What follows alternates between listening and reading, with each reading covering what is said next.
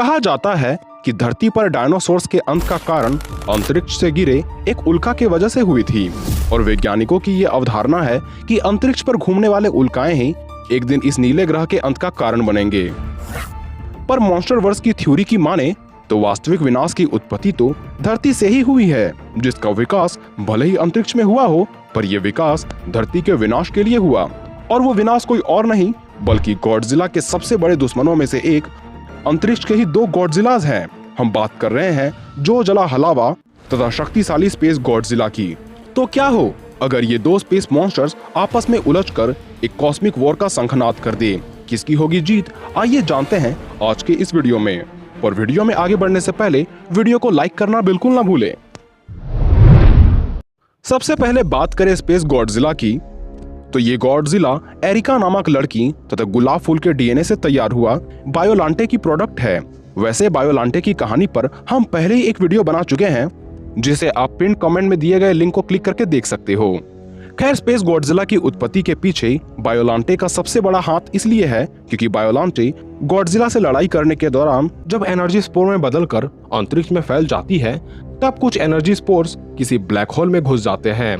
अब चूंकि black hole में ऊर्जा का खजाना मिलता है, इसलिए बायोलांटे की वो एनर्जी स्पोर जिसमें गॉडजिला, गुलाब तथा एरिका के डीएनए मौजूद थे, वो एक नए फिजिकल फॉर्म को प्राप्त करता है तथा व्हाइट होल से निकलते ही स्पेस गॉडजिला की उत्पत्ति होती है।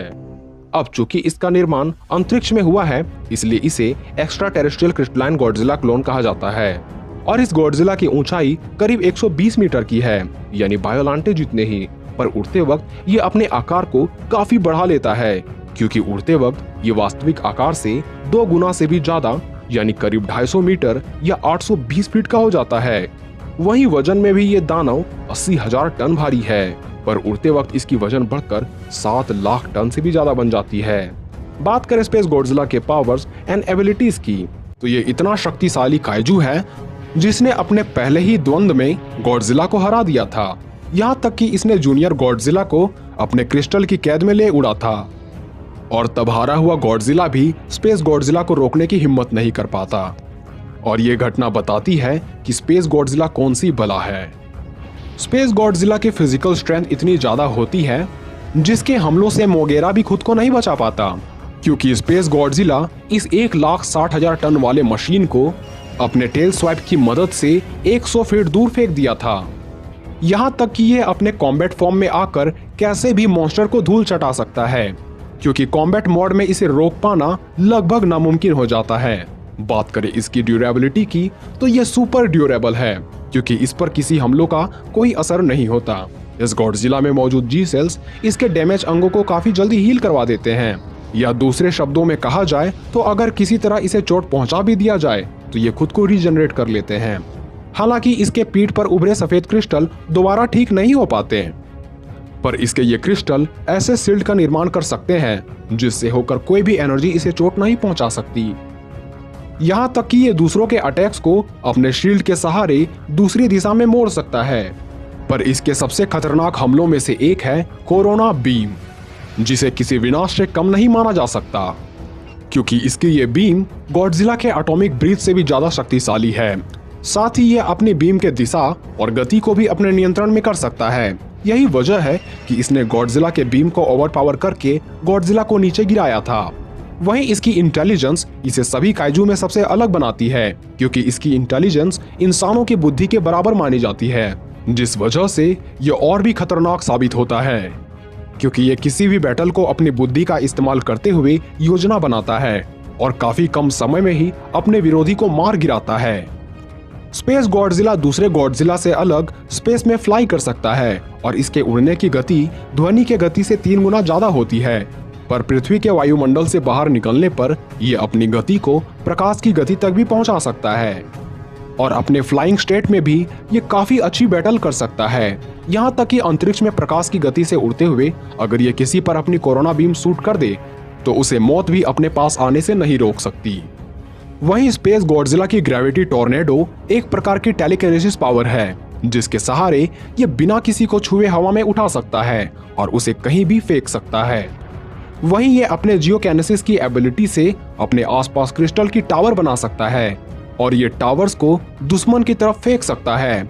साथ ही इन टावर्स को ये खुद को बचाने के लिए किसी शील्ड की तरह इस्तेमाल कर सकता है। यहाँ तक कि ये सभी शील्ड को एक जगह लाकर उसे मिसाइल की तरह इस्तेमाल करके अपने दुश्मनों के नामो निशान को मिटा सकता है।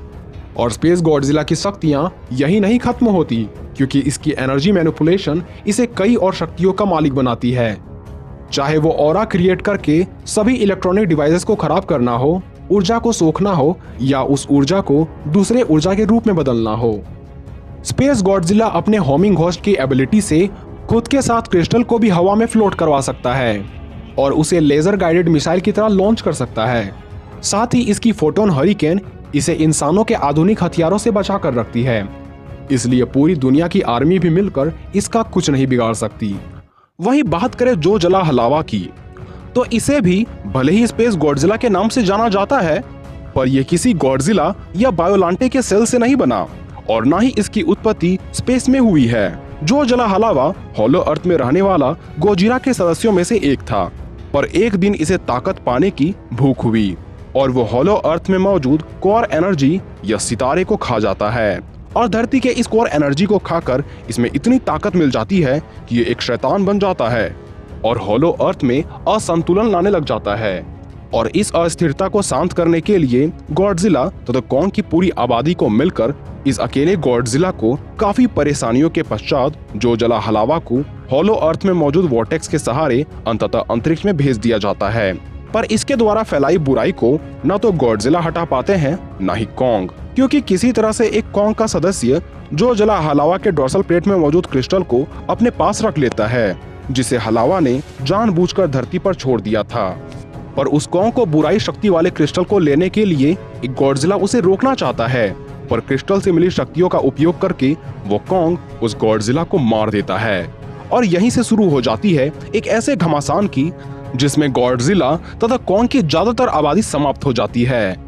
पर लाखों सालों बाद यानी साल 2034 में जो जला हलावा धरती पर दोबारा आने वाला है, जो अपने क्रिस्टल को पहले धरती के विभिन्न हिस्सों में फैलाएगा, जो एक बहुत बड़े भूकंप का कारण बनेगी। यहाँ तक कि इस क्रिस्टल की ताकत इतनी ज्यादा है कि ये भूकंप ज्वालामुखी का फटना कई प्राकृतिक आपदाओं का कारण बनेगा और हलावा अपनी उपस्थिति में एक नया टाइटन वॉर शुरू कर देगा, जिनमें एक दल में ऐसे मॉन्स्टर होंगे जो क्रिस्टल को नष्ट करना चाहेंगे, तो दूसरा ताकत के भूख के कारण वो अलग ही गुट बना लेंगे। अंततः जो जला हलावा का सामना गॉडजिला, कॉन्ग, रोडैन, मैकाकिरियू तथा मोथरा से भी होगा। पर क्या वे सभी जीत पाएंगे वो तो हमें आने वाली मूवीज में पता चलने वाली है। लेकिन बात करें जो जला हलावा के पावर्स एंड एबिलिटीज की, तो जो जला हलावा की स्ट्रेंथ का अनुमान आप ऐसे लगा सकते हैं कि इस एक अकेले हलावा को हराने के लिए कॉन्ग तथा गॉडजिला की पूरी आबादी को एक साथ आना पड़ा था। तब जाकर ये हलावा को किसी तरह मार तो नहीं सके, पर अंतरिक्ष में भेजने में कामयाब रहे। इसकी ड्यूरेबिलिटी का अनुमान आप इसी बात से लगा सकते हैं कि इस पर कईयों मॉन्स्टर ने हमला किया, इसे अंतरिक्ष में भेज दिया जहां का तापमान शून्य से भी काफी नीचे होता है और प्रेशर बिल्कुल शून्य, तथा ऐसे कंडीशन में वहां किसी का भी जीना नामुमकिन हो जाता है। परंतु जो जला हलावा न सिर्फ वैसे कंडीशन में सरवाइव करता है, अपितु वो पुनः धरती पर आने वाला है, जो इसके अच्छे इंड्योरेंस को भी बतलाता है। इसके अलावे ये सोनिक स्पीड की रफ्तार से उड़ सकता है। खुद को किसी भी हमलों से बचाने के लिए अपने चारों ओर क्रिस्टल की शील्ड उत्पन्न कर सकता है। अपने क्रिस्टल से दूसरों को बुरा बनाकर अपनी टीम में शामिल कर सकता है। एलिमेंट्स को कंट्रोल करके तूफान, आग तथा भूकंप का कारण भी बन सकता है। ये किसी भी डायमेंशन में आ जा सकता है और अपनी टाइटेनिक रॉड से दूसरों के पावर्स या अटैक को भी नष्ट कर सकता है। इसके अलावा इसमें वो सारी शक्तियां हैं जो कि लेजेंडरी गॉडजिला के पास है, जैसे कि एटॉमिक ब्रीथ तथा एटॉमिक पल्स। पर क्या ये अभी भी स्पेस के दानव स्पेस गॉडजिला को हरा पाएगा, क्योंकि दोनों के पास ही सिमिलर एबिलिटीज है। पर याद रहे, एक और जहां स्पेस गॉडजिला की दो सबसे बड़ी कमजोरियां एक्सट्रीम हीट वाली अटैक्स तथा इनवल्नरेबल क्रिस्टल्स हैं, वहीं जो जला हलावा के पास ऐसी कोई कमजोरी नहीं है। हालांकि इस बैटल में स्पेस गॉडजिला अपने टेलीकिनेसिस तथा अपने क्रिस्टल से हलावा को हवा में फंसाने की कोशिश कर सकता है, पर अपने डायमेंशन शिफ्ट की एबिलिटी का यूज करके हलावा उन हमलों से बच जाएगा। यहाँ तक कि हलावा के क्रिस्टल्स तो स्पेस गॉडजिला के क्रिस्टल से भी ज्यादा पावरफुल है, जो स्पेस गॉडजिला के कोरोना बीम तक को रोक सकता है। पर हलावा के हमलों को रोक पाना शायद स्पेस गॉडजिला के बस की नहीं। खैर, इस बैटल का विनर बेशक जोजोरा हलावा है। इस पर आपकी राय अलग हो सकती है, जिसे आप कमेंट बॉक्स में लिख सकते हो। तो आज के लिए बस इतना ही, मिलते हैं अगले वीडियो में।